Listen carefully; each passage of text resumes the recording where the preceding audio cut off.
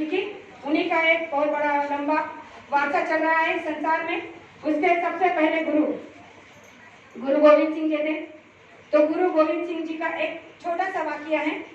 उस समय में गुरु गोविंद सिंह जी ने जब अपना आखिरी समय पूरा होने वाला था, तो उन्होंने एक दिन सत्संग का बहुत बड़ा मंच लगाया और वहां पर कहा कि देखो, अब मुझे इस संसार से जाने का समय आ गया है और मैं जाने से पहले अपनी इस गद्दी को, इस विरासत को किसी एक को सौंपना चाहता हूँ।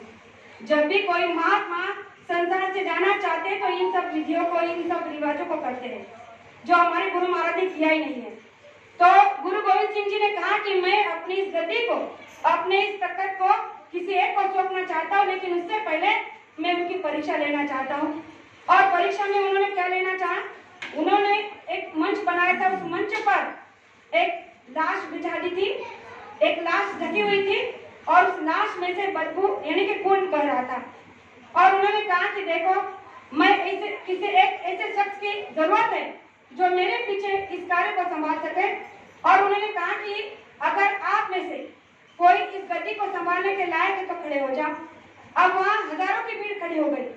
अब जैसे ही लोग खड़े हो गए, गुरु गोविंद सिंह जी ने देखा तो कहा कि अरे रुको रुको, मैंने जो कहा उसे पूरी तरह से सुनो। अगर तुम इस गद्दी को संभालने के लायक हो तो उससे पहले आपको एक परीक्षा देनी होगी, और वो परीक्षा ये है कि यहाँ पर एक लाश पड़ी है और इस लाश को जो नोच कर खाएगा वही मेरे गद्दी का हकदार बनेगा। अब जैसे ये बात सुनी तो जो हजारों खड़े थे वो सारे एक एक करके पीछे हो गए और वहां से सारे छट गए, कोई आगे नहीं आए।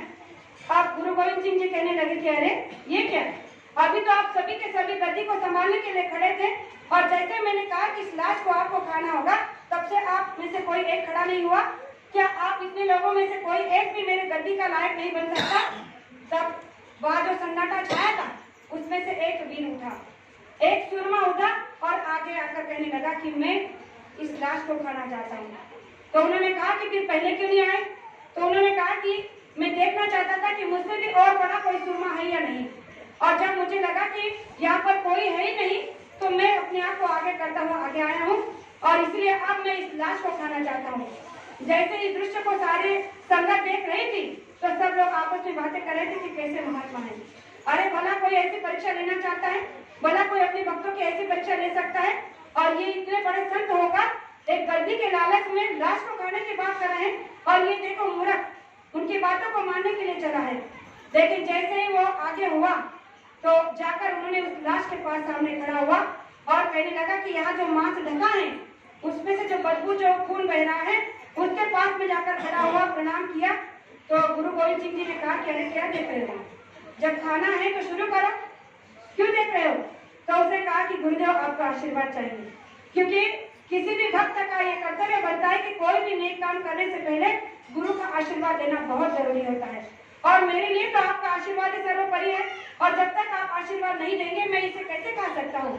और उसने जब गुरु गोविंद सिंह जी का चरण स्पर्श किया, आशीर्वाद दिया और जाकर जब उस मांस को खाने लगा तो वहां का नजारा कुछ और था।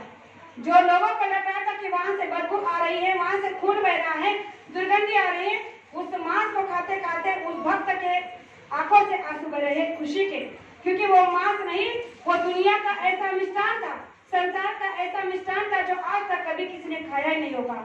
उसमें से इतना सुगंध आ रहा था कि वो जो भक्त वो उस मांस को खा रहा था, वो मांस था ही नहीं, वो तो संसार का सबसे बड़ा उपहार था उसके लिए।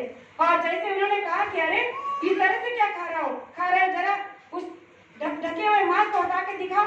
और जैसे उस पर ढके हुए चद्दर को हटा कर दिखाया तो वहां से इतनी खुशबू आ रही थी और उस मिष्ठान को देखकर सारे चकाचौंध हो गए कि ये क्या हो गया।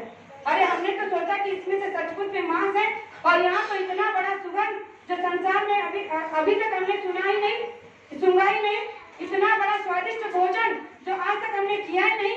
और अगर पहले ये पता होता तो हम आज इस गद्दी के हकदार होते। और उस दृष्टांत को देते हुए गुरु गोविंद सिंह जी ने कहा कि अरे मूर्खों, आपने एक बार भी नहीं सोचा कि जो जीव का कल्याण करना चाहता है, जो एक चींटी को भी मारना नहीं चाहता है, जो एक अंगूठा फोड़कर सारे नरकों के जीवों को उबारना चाहता है, क्या वो किसी का मांस आपको खिला सकता है? लेकिन आपकी आस्था, आपकी भक्ति, आपका विश्वास मैं देखना चाहता था। और इतनी बड़ी भीड़ में केवल इसके एक के, और वो एक था गुरु अंगद देव जी। अगर आज अंगद देव का नाम लिया जाता है, उनका नाम बाद में गुरु नानक देव जी के शिष्य के रूप में आता है, तो गुरु नानक देव जी का वही एक शिष्य था जिसका नाम अंगद देव जी था। प्रेमियों, हमें उस अंगद की तरह विश्वास करना चाहिए, हमें उस शबरी की तरह विश्वास करना चाहिए जिसने 7000 वर्ष तपस्या की लेकिन राम का दर्शन किया। हमारा विश्वास कितना है? गए 12 साल नहीं हुए हमारे अपने आंखों के सामने से, और हमने अपने आप को गुरु बना लिया, हमने किसी और को गुरु बना लिया। ये हमारी भक्ति, ये हमारी पूजा, ये हमारी श्रद्धा, ये हमारा विश्वास। तो प्रेमियों, मैं आपसे इतना ही कहना चाहूंगी कि इस भ्रम से अगर आप जल्दी नहीं निकलोगे तो ये गुरु महाराज का वादा है, ब्रिजवाक्य है, भविष्यवाणी है, जो मैं आज रखना चाहती हूँ कि उन्होंने कहा है कि एक बार मैं जिसका हाथ पकड़ लेता हूँ तो मरते दम तक नहीं छोड़ता, फिर चाहे वो उससे चले रोके। लेकिन जिसने एक बार मेरा हाथ छोड़ दिया, मैं दोबारा उसका हाथ भी नहीं पकड़ता, क्योंकि पीछे मुड़कर देखने की मेरी आदत नहीं है, और गुरु महाराज की आदत पीछे मुड़कर देखने की नहीं है। इसलिए आप उनके साथ में चलो, उनके साथ में रहो, तो आपका आत्म कल्याण, आपका लोक परलोक संसार दोनों बनेगा। जो रास्ता आपको दिया है उस पर चलकर आप साधना करो विश्वास के साथ, श्रद्धा के साथ, तो आपकी श्रद्धा भी बनेगी, भक्ति भी बनेगी, और आपका रास्ता भी सही होगा। इसलिए गुरु महाराज ने कहा कि नदी से